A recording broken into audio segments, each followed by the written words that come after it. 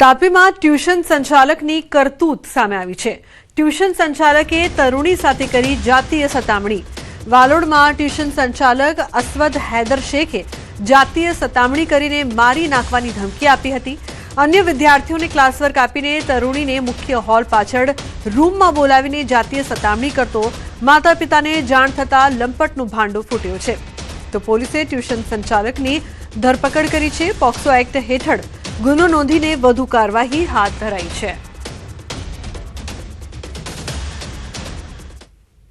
અન્ય સમાચાર મહેસાણાથી। મહેસાણામાં ઘઉંના ઊભા પાકમાં ઓઇલ ફરી વળ્યું છે। ઓએનજીસીની વધુ એક બેદરકારી સામે આવી છે। બહુચરાજીના કનોડા ગામમાંથી પસાર થાય છે પાઇપલાઇન। ઓએનજીસીના પાપે ખેડૂતના ઊભા પાકને નુકસાન થયું છે। તો ઓએનજીસીની પાઇપલાઇનના લીકેજથી ખેતરમાં ઓઇલ ફરી વળ્યું છે। ઓએનજીસીની બેદરકારીના કારણે ખેડૂતનો તૈયાર પાક બરબાદ થયો છે। ઉલ્લેખનીય છે કે ઓએનજીસીની વધુ એક બેદરકારી। આ બેદરકારીના કારણે ખેડૂતોનો પાક તો બરબાદ થયું છે, પરંતુ જે જમીન છે તે બંજર થઈ ગઈ છે। હવે આટલું મોટું નુકસાન કોણ ભોગવશે તે મોટો સવાલ હોવાની સાથે ખેડૂતો છે તે માંગ કરી રહ્યા છે કે તેમના પાકને લઈને જે નુકસાન થયું છે તે તેમને આપવામાં આવે। ઓએનજીસી દ્વારા ખૂબ જ મોટી ગંભીર બેદરકારી સામે આવી છે। તો સમગ્ર ખેતરમાં ઓઇલ જ ઓઇલ જોવા મળી રહ્યું છે। પાઇપલાઇનમાં લીકેજ હોવાના કારણે ઓઇલ છે તે ખેતરમાં જોવા મળી રહ્યું છે અને તેના કારણે હવે ખેડૂતોનો જે પાક છે તે સંપૂર્ણપણે નાશ તો થઈ જ ગયો છે, પરંતુ સાથે સાથે આવનારા 4-5 વર્ષમાં ખેતી માટે પણ લાયક નથી બચ્યું। રાજ્યમાં વાતાવરણમાં પલટાએ ફરી વધારી છે ખેડૂતોની ચિંતા, જેની અસર અરવલ્લી જિલ્લામાં જોવા મળી રહી છે। ઘઉં સહિતના પાકમાં નુકસાનથી ખેડૂતો પરેશાન જોવા મળી રહ્યા છે। તો અરવલ્લી જિલ્લામાં રવિ સિઝનમાં ઘઉં, ચણા તેમજ બટાકાના પાકનું મબલખ વાવેતર થયું હતું, જેમાં બટાકાના ખેડૂતોએ સમયસર ઉત્પાદન લઈ લીધું। તેવા સંજોગોમાં ઘઉં અને ચણાના પાકમાં કમોસમી વરસાદે નુકસાનની શક્યતા વધારી દીધી છે। હેક્ટર દીઠ હજારો રૂપિયાનો ખર્ચ કરી તૈયાર કરાયેલ વાવેતરમાં વરસાદી માવઠાએ પાકને ભારે પવન વચ્ચે આડો પાડી દીધો છે, જેથી ઘઉંના દાણા તૂટી જવાની શક્યતા રહે છે, જેના કારણે ઉત્પાદન ઘટવાની સાથે ખેડૂતોની આવક પણ ઘટશે। મોડાસા કોલીખડના ખેડૂતોએ સરકાર પાસે માંગણી કરી છે કે કમોસમી માવઠા વચ્ચે એમના માટે સરકાર દેવદૂત બને। વાતાવરણમાં પલટો આવવાથી આ જે શિયાળુ પાક છે એમાં બહુ જ નુકસાન છે।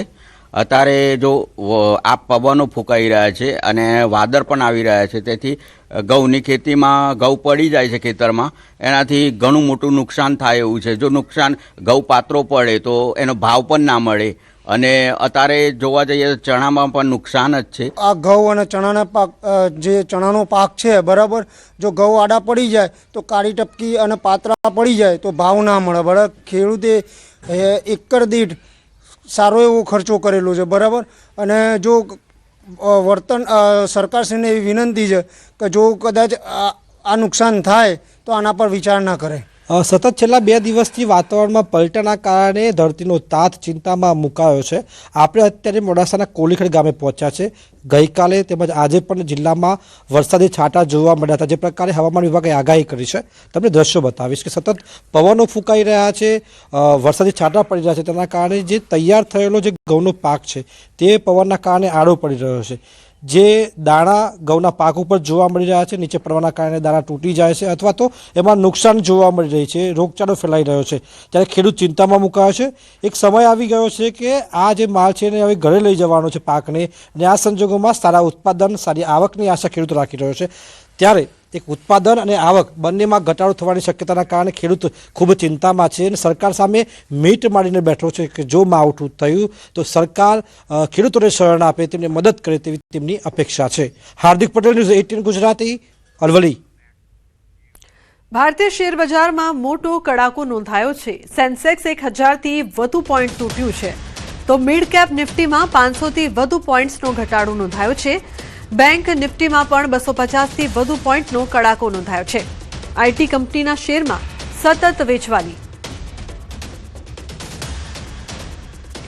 તો બેંક નિફ્ટીમાં પણ 250થી વધુનો કડાકો। આઈટી કંપનીમાં શેરમાં સતત વેચવાલી જોવા મળી રહી છે। ભારતીય શેર બજારમાં રોકાણકારોના નાણાંનું ધોવાણ થયું છે। તો સેન્સેક્સમાં 1000થી વધુ પોઈન્ટનો કડાકો નોંધાયો છે. મિડ કેપ નિફ્ટીમાં 500થી વધુ પોઈન્ટનો ઘટાડો નોંધાયો છે. તો બેંક નિફ્ટીમાં 250થી વધુ પોઈન્ટ્સ તૂટ્યા છે. આઈટી કંપનીના શેરોમાં વેચવાલી યથાવત જોવા મળી રહી છે. આઈટી કંપનીના શેરમાં સતત વેચવાલીની વચ્ચે બજારમાં રોકાણકારોના નાણાં છે તે ધોવાઈ રહ્યા છે. છોટાઉદેપુર જિલ્લામાં આ વર્ષે કપાસનું ઉત્પાદન સારું આવ્યું હોવા છતાં ખેડૂતો સામે ખરીદી બંધ થવાના કારણે ચિંતા વધી ગઈ છે. કેટલાક ખેડૂતોને સીસીઆઈ મારફતે યોગ્ય ટેકાનો ભાવ મળ્યો છે, પરંતુ અનેક ખેતરોમાં હજુ જીંડવા બાકી હોવાથી પાક તૈયાર થવામાં અંદાજે 15 દિવસનો સમય લાગી શકે છે. આવી સ્થિતિમાં સીસીઆઈ દ્વારા ખરીદી બંધ થવાથી ખેડૂતો દુવિધામાં મુકાયા છે.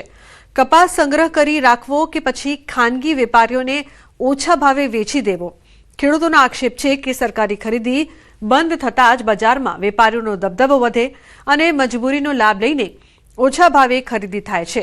તેથી ખરીદીની મુદ્દત લંબાવીને મોડા ઉતારાવાળા ખેડૂતોને પણ ટેકાના ભાવનો લાભ મળે તેવી માંગ ઉઠી છે. હવે તંત્ર ખેડૂતોની આ ચિંતા અંગે શું નિર્ણય લે છે તે જોવું રહ્યું. 27 ફેબ્રુઆરી પછી સીસીઆઈ દ્વારા કપાસ ખરીદવાનું બંધ કરવામાં આવશે. તો જો સીસીઆઈ કપાસ નહીં ખરીદે તો 3 જિલ્લા વડોદરા, છોટાઉદેપુર અને નર્મદા જિલ્લાના 5 તાલુકાના ખેડૂતોને ખૂબ મોટું નુકસાન જાય એવું છે. કેમ કે જો સીસીઆઈ ટેકાના ભાવે હાલમાં 8060માં કપાસ ખરીદે છે. જો સરકાર શ્રી દ્વારા આ કપાસ ખરીદવાનું બંધ કરવામાં આવે તો વેપારીઓ 5500 થી 6500માં ખેડૂતો પાસેથી કપાસ પડાવી લેશે. તો ઘણા ખેડૂતો પાસે હજી ઘરોમાં કપાસ સંગ્રહ કરેલો છે, ખેતરોમાં પણ કપાસ છે અને નવી ફસલ ફૂટીને તૈયાર થાય છે. એ કપાસ નવો આવવાનો છે. આ બધો કપાસ જે આવશે એ પછી વેપારીને જીનરને આપવાનો થાય તો એમાં ખેડૂતને બહુ મોટા પ્રમાણમાં નુકસાન થયું છે. કોઈ જીનર 8000 કે 7,500 ખરીદવાના નથી. આ લોકોએ શરૂઆતમાં પણ 6000, 5,500-6000 ખરીદેલો છે અને જો સીસીઆઈની ખરીદી બંધ થાય તો ફરી પણ એ જ ભાવમાં ખરીદી ચાલે એવી એમને 100% ખબર છે. અત્યારે લગ્નનો સમય ચાલી રહ્યો છે તો લગ્નના સમયગાળામાં ખેડૂતોને પૈસાની જરૂર હોય છે આવું, અને જો સરકાર છે આ ખરીદી બંધ કરશે તો વેપારીઓને ના જેવી કિંમતની અંદર આપને કપાસ વેચવો પડશે અને ખેડૂતોને બહોળા પ્રમાણની અંદર નુકસાન થવાનું છે. તો અમારી સરકાર પાસે એક માગણી છે કે સરકાર લાંબા સમય સુધી કપાસની खरीदी चालू रखे. 8 का मॉइस्चर और 3.6 टू 4.8 का माइक है. अगर इससे कुछ ऊपर नीचे हो तो उसके हिसाब से डिडक्शन किया जाता है माइक और मॉइस्चर में. और शीशे का अभी तक खरीदी हुआ है टोटल 20 तारीख तक. जो लास्ट परचेज डे था अपना शुक्रवार को 3,73,390.50. अभी तक हमारे पास जो ऑर्डर है ये हम डिसाइड नहीं करते, ब्रांच ऑफिस एडमिनिस्ट्रेशन से ऑर्डर रहता है. उस हिसाब से 27 फरवरी को लास्ट परचेज डे का घोषित किया गया है. અમદાવાદના વેજલપુરમાં લાગેલી આગમાં 2 લોકોના મોત થયા છે. બકેરી સિટીમાં આગ લાગતા પિતા પુત્રનું મોત થયું છે. તો સારવારમાં 9 વર્ષીય બાળકનું મોત નીપજ્યું છે. અન્ય એક વ્યક્તિ સારવાર હેઠળ છે. આગની ઘટનામાં 6 લોકોનું રેસ્ક્યુ કરવામાં આવ્યું હતું. મોડી રાત્રે આગ લાગી હતી. ફાયર વિભાગની 4 ગાડીઓએ આગ પર કાબુ મેળવ્યો હતો. તો ખૂબ જ ગમકવાર આ સમગ્ર ઘટના છે. વેજલપુરમાં લાગેલી આગમાં 2 લોકોના મોત થયા છે. પ્રણવ જોડાયા છે વધુ માહિતી આપવા માટે. પ્રણવ, શું વધુ વિગત છે આ સમગ્ર મામલે? ચોક્કસ કહી શકાય કે અમદાવાદના વેજલપુર વિસ્તારમાં આવેલી કૃષ્ણનગર કલાપી જે વિસ્તાર કહેવામાં, સોસાયટી કહેવામાં આવે છે, તેમાં ગત મોડી રાતે ફાયર વિભાગને કોલ મળ્યો હતો. ફાયર વિભાગની ટીમ ત્યાં પહોંચી હતી. તે દરમિયાન જે આગ છે તે વધુ પ્રસરી ગઈ હતી અને તેના જ કારણે 6 લોકોનું રેસ્ક્યુ કરવાની ફરજ ફાયર વિભાગને પડી હતી. તેમાંથી 3 વ્યક્તિઓનો આબાદ બચાવ થયો હતો. 3 મહિલાઓ હતી. પરંતુ જે ગોહિલ પરિવાર જે મકાનની અંદર હતો તેમાંથી 3 વ્યક્તિઓને, તેમાં પતિ, પત્ની અને પુત્ર, તે 3 વ્યક્તિઓને છે બેભાન અવસ્થામાં 108ના મારફતે હોસ્પિટલ ખસેડાયા હતા.